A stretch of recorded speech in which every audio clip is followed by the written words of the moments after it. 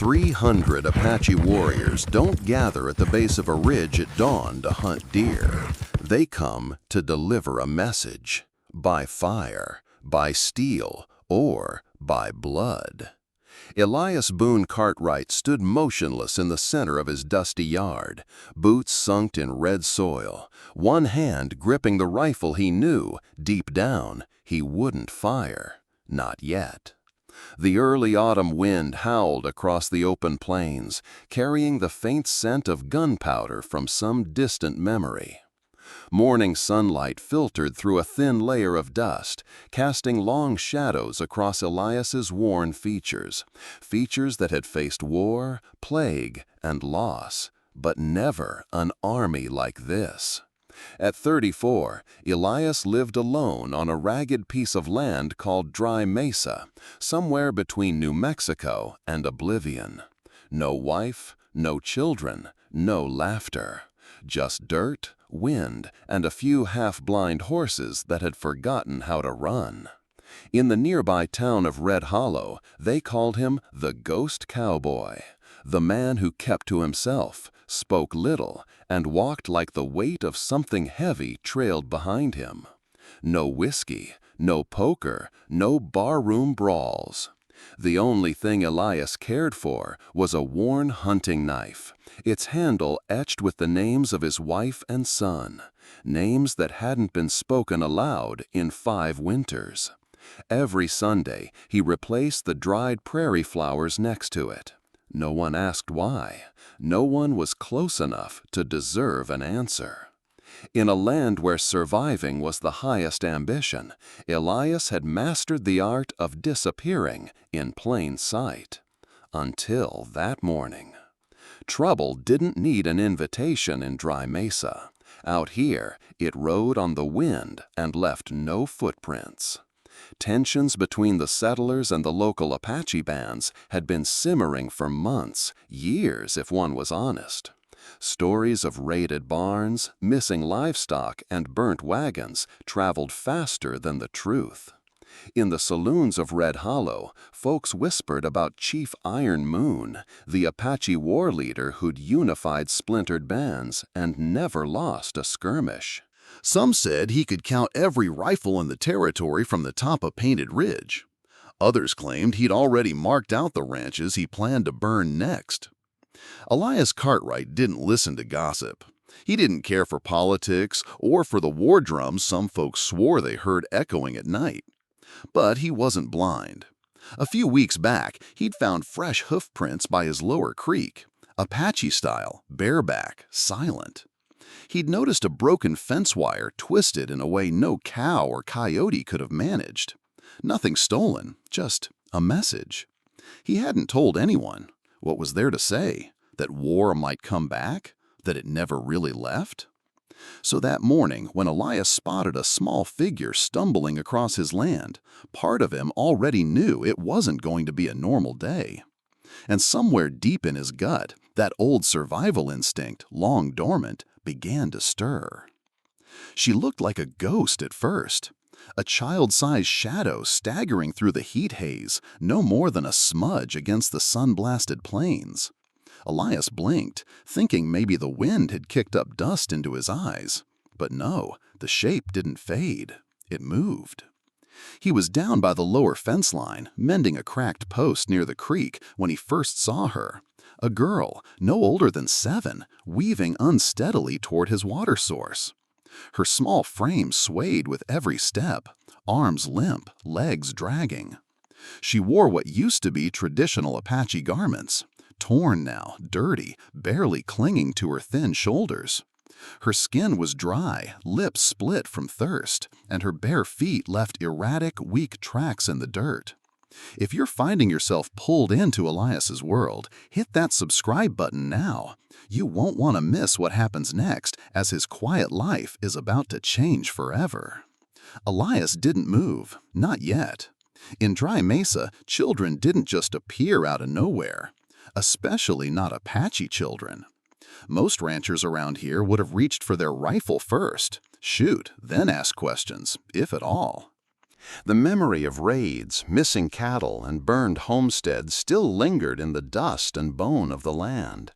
But Elias Boone Cartwright wasn't most ranchers. He didn't grab his gun. He raised both hands slowly, stepping forward with deliberate care, every muscle tight as wire. She noticed him and froze. Her eyes widened, large, dark, too heavy for her gaunt little face. She didn't speak, but her trembling hand pointed to her mouth, then to the creek behind him. It was a language older than words: hunger, thirst, desperation. Elias looked down at the cracked earth, at her feet bleeding where the dry grass had cut them raw. He heard a whisper, maybe memory, maybe conscience. His son had once limped like that, fevered, prying for water in his final hours. And now here was this child, on his land, dying the same way. His neighbors would call him a fool, said the Apaches were baiting traps, using children as distractions, said no good ever came from helping people who didn't look like you. But Elias had never been good at listening to cowards. He didn't speak a word. He walked forward, crouched down, and without flinching, scooped her into his arms.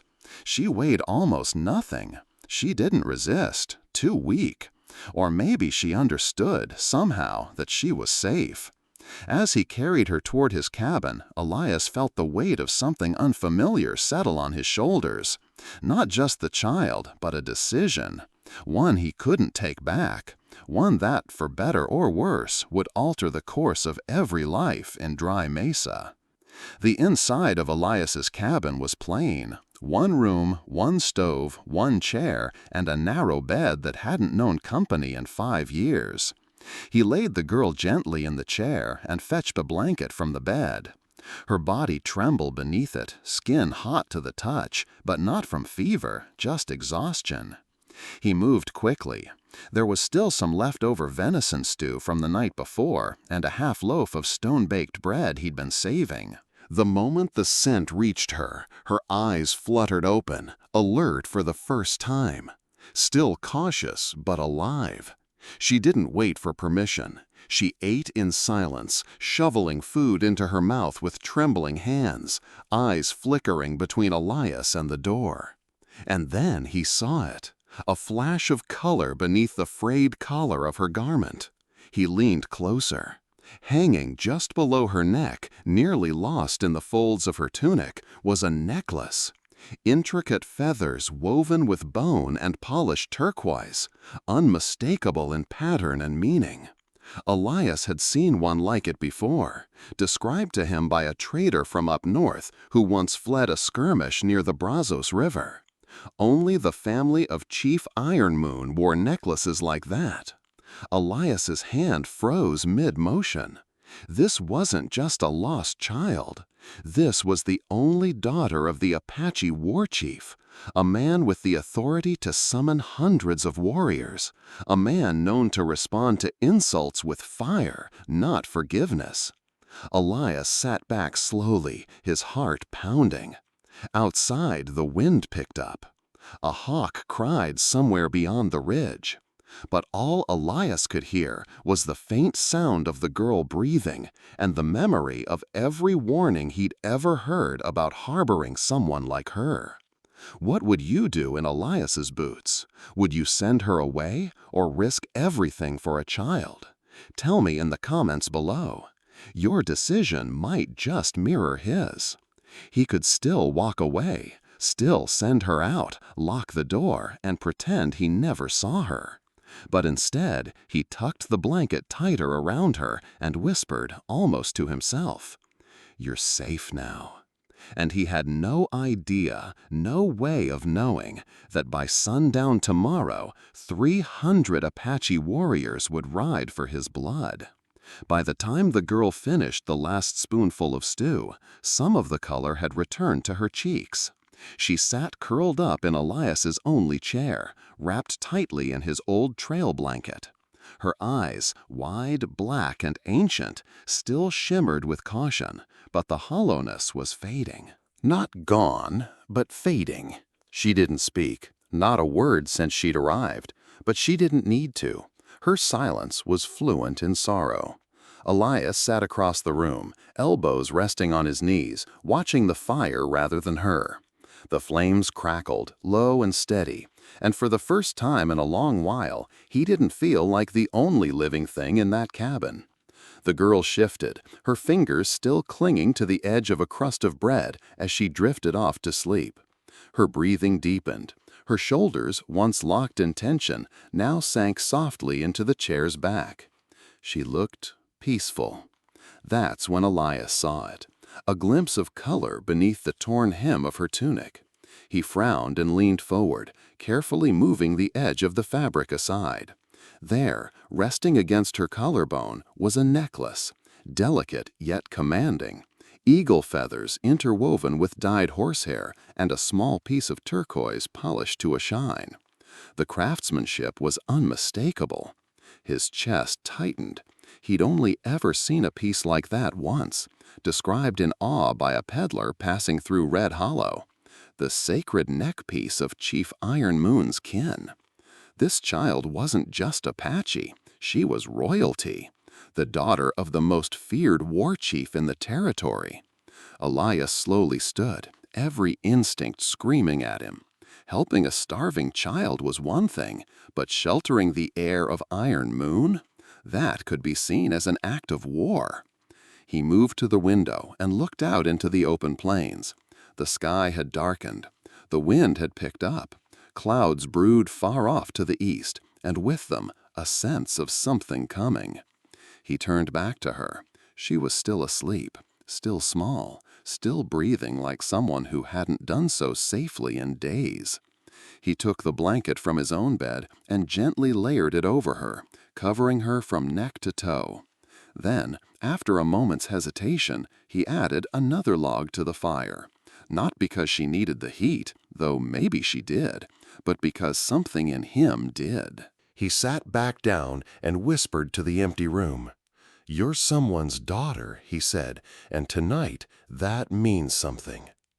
He didn't know what kind of storm he'd just invited into his life, but he knew this. For the first time in 5 years, he wasn't alone in the dark. The knock wasn't a knock. It was a pounding, sharp, urgent, and fast enough to rattle the hinges. The girl jerked awake in the chair, eyes wide, her thin fingers clutching the edge of the blanket like a lifeline. Elias crossed the cabin in 2 strides, rifle in hand, not raised, but ready. He cracked the door open just enough to see who was out there. The fading dusk revealed 3 riders on horseback, their silhouettes backlit by the last breath of sunset. Jebediah Reed, his neighbor from the north, sat bolt upright, reins tight in his fists, jaw clenched like he was biting down on bad news. Beside him, Deputy Cole Travis looked worse. Dust on his badge, sweat streaking his temples, and one hand resting on the butt of his sidearm. A few steps behind them, dismounted and breathing heavily, was Pastor Jedediah Boone, boots muddy, Bible tucked under one arm. "Evenin'," Elias said, flat. "Nothing even about it," Jeb muttered. "You seen anything strange today?" Elias let the question hang. "Plenty of strange out here most days. You'll have to narrow it down." Deputy Travis cut in sharper. "We don't have time for jokes. There's Apache smoke signals up by Devil's Spine. Not just 1, 4, triangular pattern." Elias stiffened. That meant something. "Search formation," Travis continued, "which means someone's missing, and they're combing the territory foot by foot." "Could be scouts," Elias offered, though his voice lacked conviction. The deputy shook his head. "Scouts don't send up signals like that, not unless the chief himself is in the field." Boone stepped forward, voice calm but grave.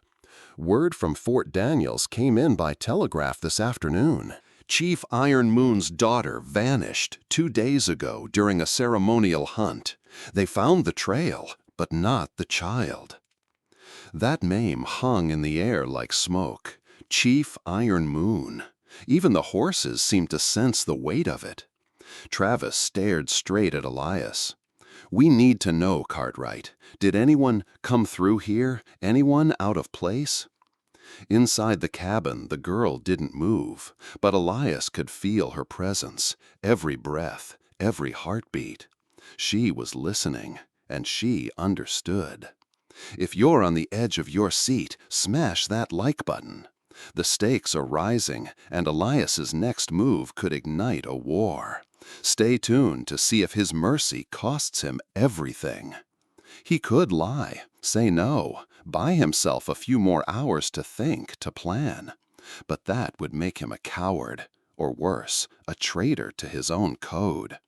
He sighed. "She's inside," Elias said quietly. "Found her down by the creek this morning. Looked like she hadn't eaten in days." Jebediah's voice rose like a whip crack. "Are you out of your damn mind? I wasn't going to let a child die in front of me." "That's not a child, Elias. That's Iron Moon's blood." Pastor Boone stepped in, trying to calm things. "He didn't take her. He found her." Jeb snapped back. "Doesn't matter. The chief won't care who found her. All he'll see is that she's in a white man's house, unguarded, unreturned." "Which is why," Travis added grimly, "you need to move, now, before the war party gets here." Elias looked past them, toward the empty horizon. "They already comin'?" The deputy nodded. 3 separate sightings, dust trails. No one rides that hard unless they mean to make a point. You've got hours at best. "And if I ride into Apache land?" Elias asked. "With her?" Jeb's laugh was bitter. "You'll be dead before you get within shouting distance." Boone added, "And if you stay, this ranch becomes ground zero." The girl was standing now, just behind Elias. Her bare feet were silent on the wooden floor.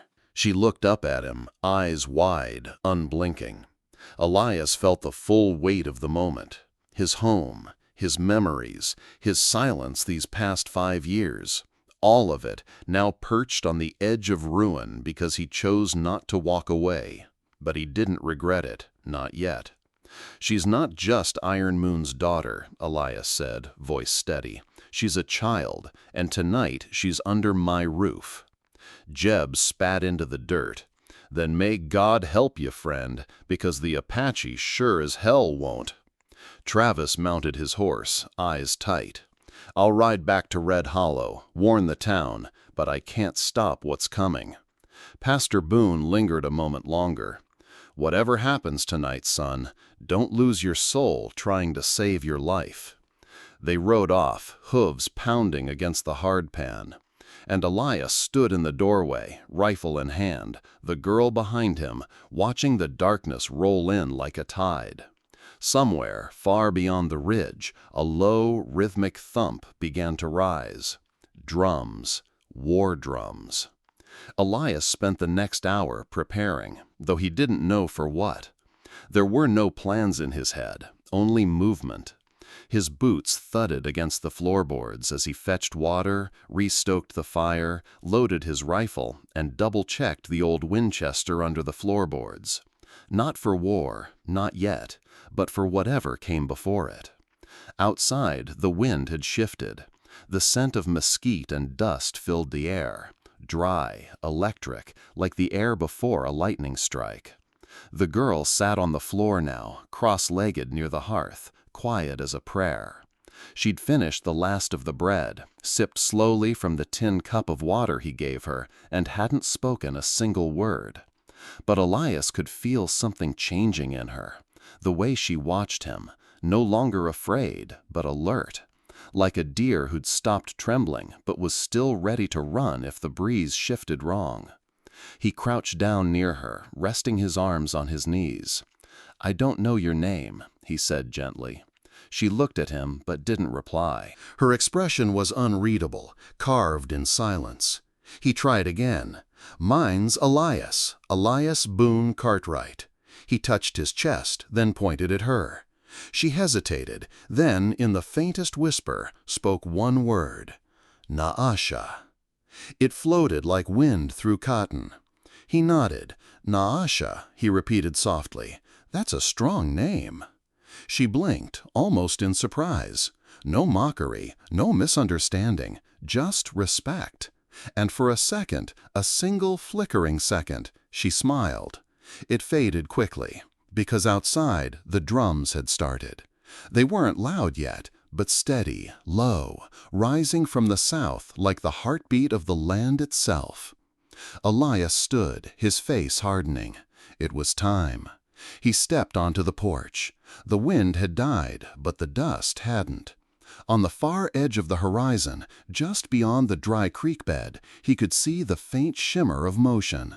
Shapes, men on horseback, moving like a tide. No banners, no torches, just movement and purpose. Naasha followed him outside. She stood next to him, her small hand clutching the blanket tight around her shoulders. Elias looked down at her and realized with a pang. He'd never heard his son's voice at that age. The boy had been 6 when the sickness came, gone in 3 days, his wife a week later. He hadn't touched that side of his heart since, until now. "You remember how you got here?" he asked. Naasha nodded. "You run?" A beat, then another nod. "You running from something or towards something?" She didn't answer. Maybe she didn't know. He looked out across the open land again. The riders were clearer now, still distant, but organized. Not wild raiders, not a hunting party. This was a formation, disciplined, controlled. Elias had seen it once before, years ago, from a distant ridge during a treaty standoff. He remembered that same cold feeling in his gut now.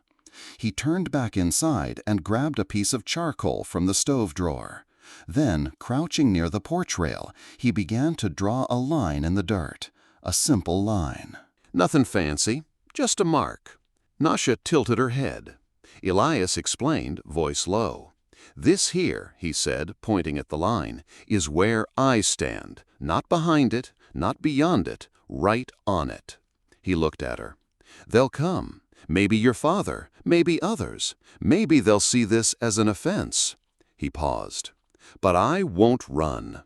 Because sometimes, Naasha, when the world's falling apart, the only thing a man can do is stand where he is and say, 'No further.'" She watched him for a long time, then slowly stepped forward and pressed her palm next to his on the line. Her hand barely covered half of his, but it was enough. Enough to say she understood. Enough to say he wasn't alone. Behind them, the sun bled into the horizon like a wound. And in the distance, the war drums grew louder. By nightfall, the land had gone silent, eerily so. Even the coyotes had stopped howling. The usual hum of insects had vanished, swallowed by the hush that settles before a storm. But the drums kept beating, steady, deliberate, drawing closer like the ticking of a terrible clock. Elias stood on the porch, rifle across his back, lantern burning low beside him. Naasha sat on the top step, knees drawn to her chest, wrapped in the same blanket she'd had when she arrived. She hadn't spoken again since sunset. Neither had he.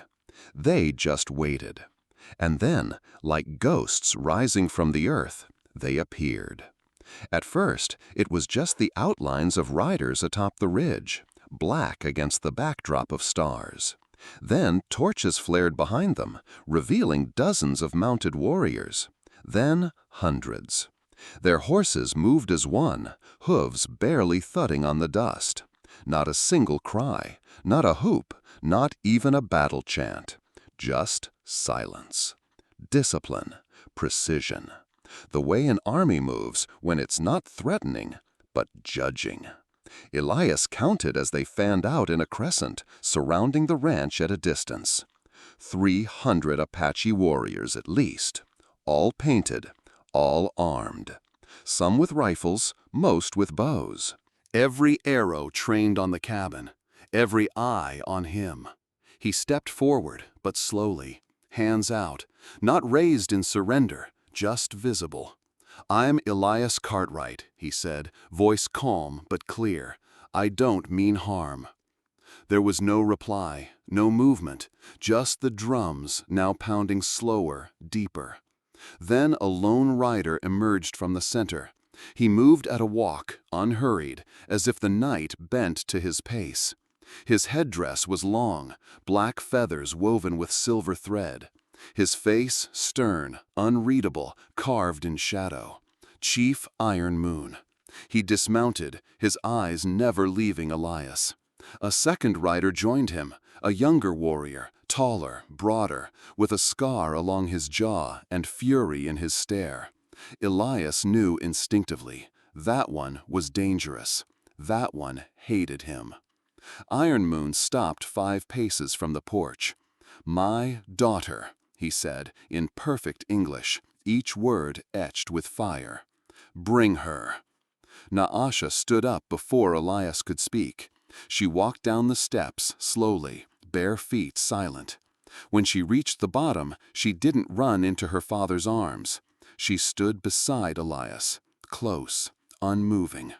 Iron Moon's expression flickered, something between shock and confusion. "You've kept her," the younger warrior growled. "Why? To bargain? To trade her for land, horses, your life?"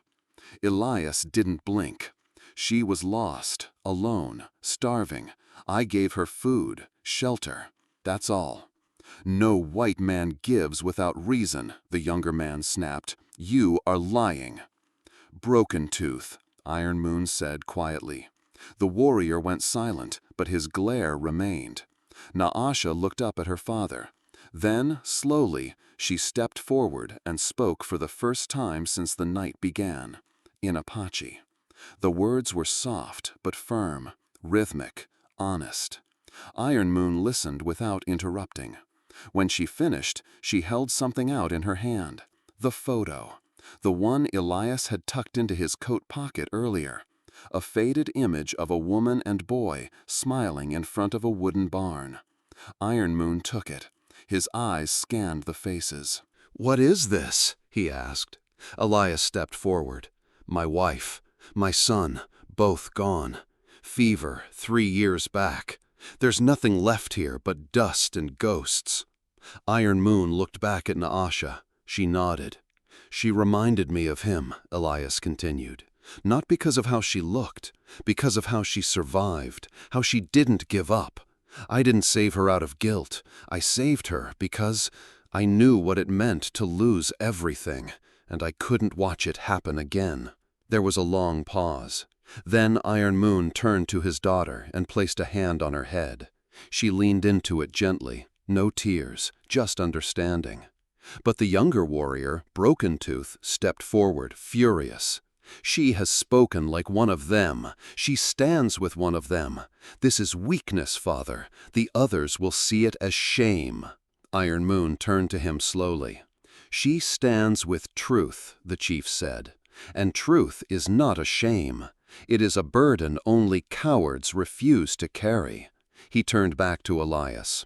"You have crossed a line, Elias Cartwright, one that many would kill for. But tonight, you have done so with honor." Elias nodded once. "She's not mine to keep, but she'll always have a place here, if ever she needs it." Iron Moon stepped back, raised one hand, and like mist, the warriors dispersed. No shout, no charge, just wind and hoofbeats and the sound of judgment receding into the dark. Naasha looked up at Elias. For the first time, she smiled. The circle was closed. 300 Apache warriors formed a silent ring around the ranch. Torches flickered, shadows stretched. No movement. Just breath held tight in a cold desert wind. Elias Cartwright stood alone at the edge of his porch, his boots half buried in the dust, facing the man whose gaze could split stone, Chief Iron Moon. The old chief stood tall, unmoving, no rage, no threat, just that quiet, terrifying calm born from decades of watching men lie, beg, and break. Between them, silence. Then Iron Moon spoke. "Tell me, Cartwright, why is my daughter still alive?" Elias didn't flinch. Because I gave her stew, water, a blanket, not because she was Apache, not because she was yours, because she was a child." Iron Moon's voice was flat. "A child you could have left, like your neighbors would have." "I'm not my neighbors," Elias said. "And yet you're white, and armed, and standing on Apache land."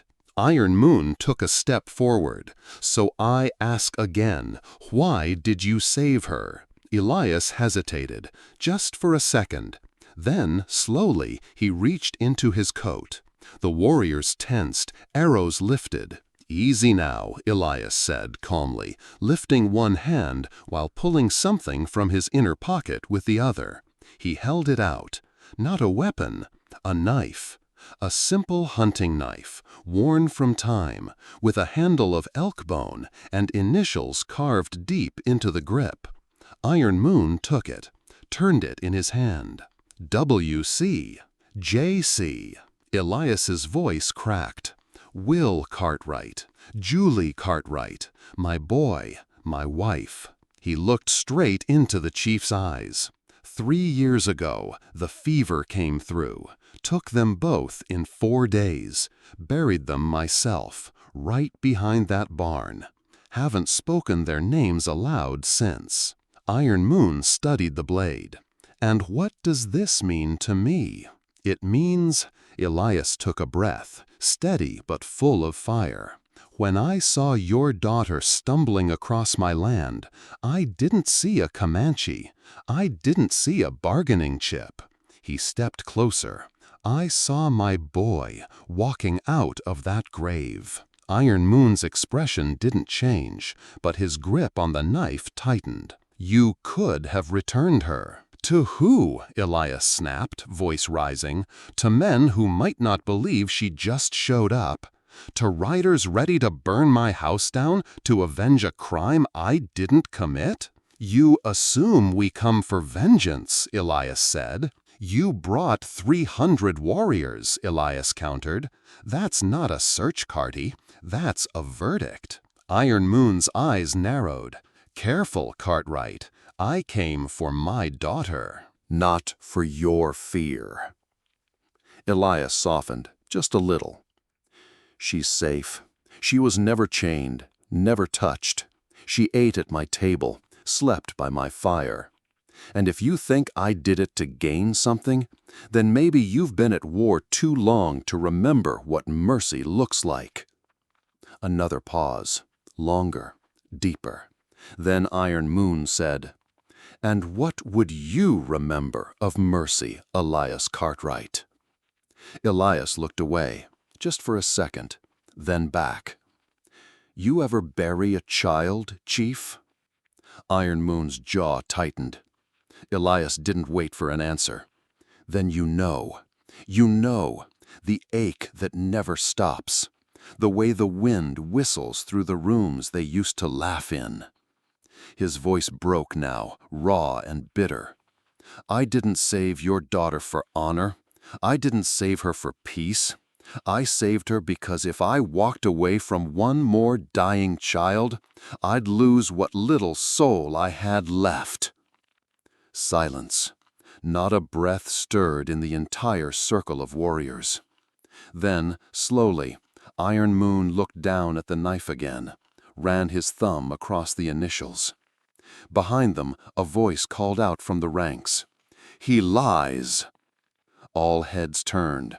A new figure stepped forward from the crowd, eyes blazing, spear in hand. Raging Wolf. And with him came the storm. "He lies!" The voice cracked through the circle like lightning splitting a dry pine. All heads turned. Even Chief Iron Moon stiffened, his hand still holding the knife Elias had given him. The man striding forward wore no feathered regalia, no ceremonial beads, just raw fury wrapped in leather and war paint. His chest heaved, face streaked with charcoal and blood. The wind bent around him like it feared his fire. Raging Wolf. Young, proud, dangerous. He stopped just 10 paces from Elias and stabbed the butt of his spear into the ground. "This white man speaks with the tongue of rattlesnakes," he spat. "He lures with stories, with dead children and trembling voices, but they always lie." His eyes locked onto Iron Moon. "You taught us not to forget Sand Creek." Not to forget Fort Hollis. My brother died with a bullet in his back from men who meant no harm. He pointed at Elias. And now you stand here, listening to one of them? Iron Moon remained still, silent. Raging Wolf turned to the surrounding warriors. "Have we grown soft?" he shouted. 300 warriors summoned, and now we trade words like old women while a thief stands before us? A murmur rippled through the line. Some eyes darkened. Spears shifted in uneasy hands. Naasha stepped forward, but Elias raised a hand gently. Not yet. Raging Wolf paced now like a caged panther. "He took her," he growled, "held her, touched her, fed her poison from white plates. And now she speaks for him? That is not her voice. That is Stockholm spell, white man magic." Elias's fists clenched. "You speak like a man who's never seen mercy. I didn't chain her. She walked free every day she was here." Raging Wolf lunged forward. "You think that makes you a hero?" he snarled. "You think mercy erases blood spilled for generations?" He turned to Iron Moon again, breathing hard. "Let me kill him, here, now. Spill his blood into the dust and end this farce before it spreads." Iron Moon didn't move, but his jaw tightened. "You speak out of pain, Raging Wolf," the chief said coldly, "but pain makes poor judges." "I speak out of memory," Raging Wolf roared, "and memory is what has kept us alive." Another few warriors stirred, some nodding, some frowning. The circle, once still, now trembled with indecision. Raging Wolf looked to the chief one last time. "If you will not act, then I will." He ripped the spear from the ground and began to advance. Naasha stepped forward again, this time firm, defiant. But Iron Moon raised his hand sharply. "Enough." Raging Wolf froze mid-step. The air thickened. The tension is palpable, and a single spark could set dry mesa ablaze. If you believe Elias made the right choice, share this story with a friend. "You will not touch him," the chief said. But Iron Moon's voice became steel. "You will not." The silence that followed was no longer fearful. It was waiting for her. A stillness settled over the land, so heavy it felt like the earth itself held its breath.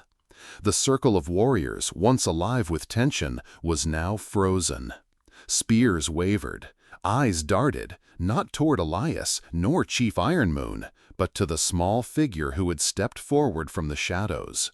Lu Yu, just 7 years old. Dust on her cheeks, a fraying blanket slipping from her shoulders. Yet in that moment she stood taller than any man in that circle. She looked first to her father, then to Elias, and finally to Raging Wolf. And she began to speak. "I was lost," she said, voice soft but unshaking. "For 2 nights I walked. No food, no fire. I drank from puddles where cattle had stepped. My legs bled from thorns. I thought I was going to die." She paused, not for drama, but because the memory still stung. "When I saw the house, I thought maybe it was a trick. Maybe the coyote spirits were laughing at me. I didn't even knock. I just fell." She looked toward Elias. "And he didn't yell. He didn't point a rifle like I'd always heard the white men do. He ran to me like I was his own." The warriors listened. Some glanced to each other. Even Raging Wolf's brow twitched. "He picked me up. I don't remember if I said anything. I was too tired. but I remember he smelled like wood smoke and bread. He carried me to the fire and wrapped me in a quilt. He gave me soup with his own spoon." She turned to the circle now, her voice rising, clear as a bell. "I slept near the hearth. He didn't lock the door. He didn't tie me. He left his gun out of reach, but never touched it." Another ripple through the ranks. "And when I cried in the night," she continued, her voice softening again, "he didn't tell me to be quiet. He got up, gave me water. He sat with me until I stopped shaking." Then she looked back to Elias. "I didn't even know his name then, but I knew he was not a man who wanted anything from me." Raging Wolf growled low. "He tricked you. That's what they do. They use kindness like a hunter uses bait." Luyu didn't flinch. "I've seen bait," she replied. "Bait doesn't cry when he thinks you're asleep." That stunned even the wind. She turned to Iron Moon now, her voice calm but heavy. "I heard him at night, talking in his dreams, names I didn't know. He said, 'Julie.' He said, 'Will.' Sometimes he said, 'I'm sorry,' over and over." She faced the crowd again. "He lost his family, like we have. But instead of letting his heart turn to stone, he shared his fire with a girl he didn't know." She reached into her blanket and pulled something out. A photo. She walked toward her father, placed it in his hand. Iron Moon looked down. A faded picture. A woman smiling. A boy with tousled hair holding a wooden toy horse. Luyu whispered, "This is who he sees when he looks at me." The chief didn't speak, but his hand gripped the photo tighter. She turned to the warriors. "He could have turned me in. He could have sent me away, or worse, but he didn't. He chose to protect." Then her eyes sharpened like flint. "And now I want to ask something." She stepped directly in front of Raging Wolf. The warrior stared down at her, jaw clenched, breath tight. "If it were your daughter," Luyu asked, "starving, barefoot, alone in the cold desert, would you want a stranger to help her?" Raging Wolf's lips parted, but no words came. Luyu didn't wait. "Would you want her to die because someone judged her tribe before her soul?" Her voice cracked, not from fear, but from weight. "Because I was someone's daughter too." Raging Wolf stood frozen, muscles tense, but his eyes, once blazing, now shimmered with something else. Luyu continued, "You carry pain. I see it. I don't hate you for it. But don't let it blind you. Don't let it make you the monster the world already expects us to be." Her final words came slowly. "I'm not asking you to forget. I'm asking you to see." A long silence followed. Then, slowly, Raging Wolf lowered his spear. Not in surrender, in understanding. And as if by silent signal, one by one, the other warriors followed. Spears dipped, bows eased. The ring loosened, not from weakness, but from release. Chief Iron Moon stepped forward, looked from his daughter to Elias to the sky. "This night will be remembered," he said, "not for war, but for the child who showed us what the fire of truth sounds like." Elias, overwhelmed, dropped to one knee. Luyu walked to him and placed a small hand on his shoulder. "You don't have to be alone anymore," she whispered. And for the first time in years, Elias Cartwright wept.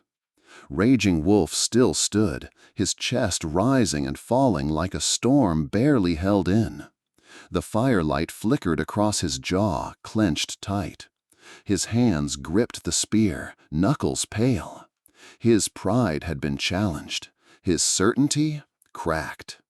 And then Luyu stepped forward once more, no longer pleading, not even explaining, just asking. Her voice was quiet, but it sliced sharper than any blade. If it had been your daughter out there. Raging Wolf flinched, barely, but it was there. Lu Yu pressed on. 7 years old, starving, lost, terrified, falling in the dust on some stranger's land. She stepped closer. Her eyes never left his. Would you have wanted him to help her? The question hung in the air like a hanging arrow, silent, deadly, unanswerable. Raging Wolf's lips parted, then closed. His gaze dropped, not in shame, but in recognition. He didn't speak.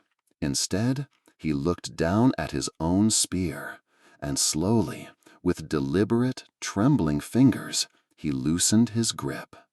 The spear's point dipped toward the ground. Then he knelt, planting its end into the soil, the blade buried into the earth. A gesture older than war, older than vengeance, a surrender not to defeat, but to truth. Around the circle a murmur stirred, whispers passing from warrior to warrior. Some lowered their weapons, some simply looked down quietly. Others stared at Lu Yu as if seeing her for the first time, not as a chief's daughter, not as a rescued child, but as something far greater, a bridge. She turned to face them all, her voice trembling now, not from fear, but from the weight of what she had just shifted. There will be more storms, she said, more reasons to hate, but tonight you saw what happens when someone chooses mercy. Chief Iron Moon stepped forward. He placed a hand on his daughter's shoulder.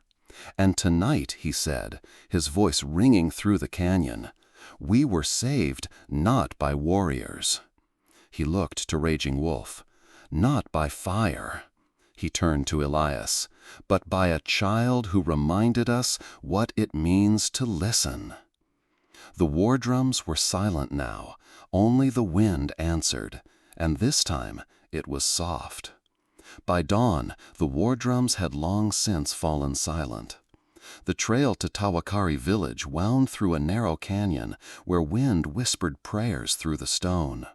Elias rode at the front, unbound but watched. Beside him, Chief Iron Moon sat silent atop his painted horse. Behind them, the entire war party followed, not as conquerors, but as witnesses. They arrived just as the sun crested the horizon. A circle had already formed at the village's heart. Elders seated on woven blankets, women standing with arms crossed, children half hidden behind skirts and wooden posts. At the center, a small fire, barely lit, and silence. Elias stood alone before the circle, his boots dusted from the journey. He held no weapon, no shield, only his own trembling hands. Chief Iron Moon stepped forward, but did not speak. He turned to one of the oldest women, her face weathered by time, her eyes clouded but sharp. Grandmother Tala, she spoke first. "Little one," she said, her voice rasping like cedar smoke, "do you know why you are here?" Lu Yu stepped forward from the crowd. She nodded once. Tala nodded in return. "We ask one question. You are the only one who can answer it." She leaned forward. "If the spirits wove time backward, if you were once again starving on strange land, if this man stood over you again," a pause, "would he still save you?" The fire cracked once. Every head turned to the child. Lu Yu did not hesitate. She stepped beside Elias, placed her small hand into his, and said, "Yes." Gasps were muffled, but Grandmother Tala smiled, not because of the word, but because it was said without doubt. "No further questions," she said gently. One by one, the elders closed their eyes. Some nodded, some whispered to the flames. Chief Iron Moon raised his hand. "Then let it be known," he said, "that the Apache judge not only by blood, but by action." He looked to Elias. "You came to us in shadow, but you stood in fire, And you did not flinch. He turned to the people. Tonight, we decide not only what you did, but who you are. And the embers glowed brighter, not in judgment, but in warmth. When the council rose, the people leaned forward, not with fear, but with a yearning for clarity. Chief Ironmoon stepped into the firelight. He held nothing in his hands, not a weapon, not a token of war, only a white feather, symbol of mercy among his people. He looked to Elias. "You did not ask to be part of our story," he began, "but you stepped into it, and by your hand a child was saved. Not because she was Apache, not because she was your blood, but because she was suffering." He turned slowly, speaking to all. "There was a time when our elders said no outsider could ever understand our pain. But this man, though raised among stone houses and fences, carries loss like we do, and he chose compassion." He returned to Elias. "For that, we do not condemn you." A murmur swept the crowd. "But mercy is not only freedom, it is also responsibility." Iron Moon stepped closer. "You will return to your land," he said, "but not as you came." He extended the white feather. "From this day forward, the Apache will recognize you as a friend of the people. You may speak in our gatherings, trade at our fires, shelter those we send." Elias hesitated, eyes wide. Then slowly, almost reverently, he accepted the feather. "And in return," Iron Moon asked, "what will you offer, not just to us, but to the land that holds both your people and mine?" Elias bowed his head. His voice cracked, but he did not falter. "If an Apache child ever knocks on my door again," he said, "I'll do what I did before." He looked up, his eyes steady. "I'll feed her, I'll warm her, and I'll protect her, even if it costs me everything." There was no applause, no chance, only stillness. And in that stillness, something sacred settled. A contract not written on paper, but etched in firelight and trust. Seasons passed. The grass grew tall again on the edge of Elias's ranch, where war horses once stood in silence beneath a moonlit standoff. But now, that same ground bore the footprints of children, Apache and settler alike, trading stories in broken English and native songs. The white feather Elias had been given still hung above his door, tied with sinew and faith. But it was no longer a symbol of survival. It had become a promise kept. His land, once just a plot of dust and cattle, slowly transformed. A fence came down. A new cabin was built, not for farming, but for visitors.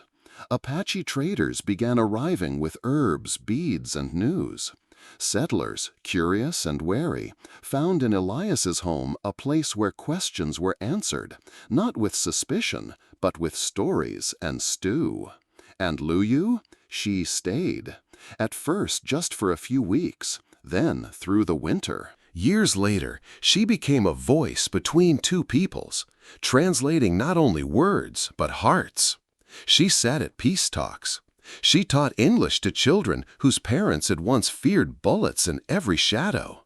And she taught Elias how to say thank you in her native tongue, not just with lips, but with actions. They called his land the Quiet Prairie, where no guns had fired, where no one had died, where peace had begun with a single bowl of cornmeal and a cowboy who said nothing, except, "She's just a child." And that was enough. Sometimes history isn't written in battles. Sometimes it grows in silence. Years later, travelers would still pass through Dry Mesa and ask about the ranch with no fence. Some claimed it was haunted. Others swore it was sacred. But those who stayed long enough, those who listened, really listened, would hear the story. of a man who once stood alone against 300 Apache warriors, of a child who changed the course of that night with nothing but the truth, of how war was swallowed, not by gunpowder, but by a bowl of corn porridge, a quiet fire, and the shattered pieces of a cowboy's past. Elias never built a monument, but on the porch of that ranch, one item remained untouched. A small wooden frame with a faded photo inside. Julie, Will, and him. And above it, gently swaying in the Texas wind, the white feather. Some said it stood for mercy. Others believed it meant surrender. But those who knew the full story understood. It wasn't what burned that night that mattered. It was what didn't. Years slipped by like the prairie wind, never still, never in a hurry, but always moving. Elias grew older. His beard grayed, his hands stiffened. But he still rose before dawn, still fed the horses, still kept the gate open for anyone who came with empty hands and honest eyes. Some days the porch was quiet. Other days it became a gathering place. Settlers, traders, Apache elders, children running barefoot through grass that had once been stained with fear. They called it the quiet prairie, but there was always something whispering. Stories, echoes, footsteps from long ago. One summer evening, years after the war drums had gone silent, Elias was seen standing alone by the wooden post where the white feather still hung. He didn't say much that day, just looked toward the horizon, where the hills turned gold in the last light. The next morning, his rocking chair was still swaying, but Elias was gone. No grave was ever marked, no funeral held. Only a single word carved into the beam above his door: mercy. Lu stayed for a while after. She kept the ranch running, taught languages to the young, both English and Apache, so they could speak and listen, not just survive. Then, one day she too rode west. No one knew exactly where. But sometimes, just after dusk, travelers would say her silhouette on a ridge, hat tilted low, a feather braided into her hair, always watching, always listening. And always, before disappearing, she would pause and look back, to the place where one man, once broken by loss, had chosen kindness over fear. They say the wind changed after that, softer somehow, as if it remembered, not the battles, not the blood, but the bowl of corn porridge still warm, the little girl trembling but safe, and the cowboy who looked at her not as an enemy, but as someone else's child, someone worth saving. Even now, when storms roll across dry mesa, the lightning avoids that ranch. The thunder hums, but never breaks the earth. Because somewhere between Amarillo and nowhere, there still stands a porch, a photograph of a family lost, and a feather that never fell. And every now and then, someone passes through.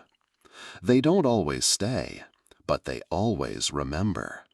Because some stories don't end. They just ride on. In the end, it wasn't the fire that defined Elias Crow. It wasn't the war paint, the sacred tokens, or even the choice to stand before 50 armed warriors. It was a wooden bucket, a sip of water, a moment of mercy when the world gave him every reason to turn away. That's what makes a man part of legend, not because he was born to be great, but because he chose to be good. This story reminds us that in the true Wild West, the greatest battles weren't always fought with bullets, but with conscience. Out there, under the same brutal sun and endless sky, men were tested not just by enemies, but by the question, who will you be when no one is watching? Elias Crow gave away the last thing he had, and in return, he found everything he'd lost: purpose, community, and peace. And through him, we're reminded that kindness isn't weakness. It's the most dangerous, powerful weapon in a world built on fear. But the West wasn't just built by men like Elias. Sometimes it was broken by others. In our next episode, we follow the trail of another man, a deputy who vanished for 7 years, only to return with scars, secrets, and a prisoner he refused to speak about. A prisoner who claimed to be his twin. What happened in the desert? Why did the town he once protected now want him dead? And who, in the end, is telling the truth? This isn't fiction. These are the true Wild West stories they didn't want written down. But we're telling them anyway. So if Elias's story moved you, stay with us, subscribe, comment what you'd do in his boots, and saddle up, because this next tale, it starts with a noose and ends with a gun that never fired. We'll see you on the next ride.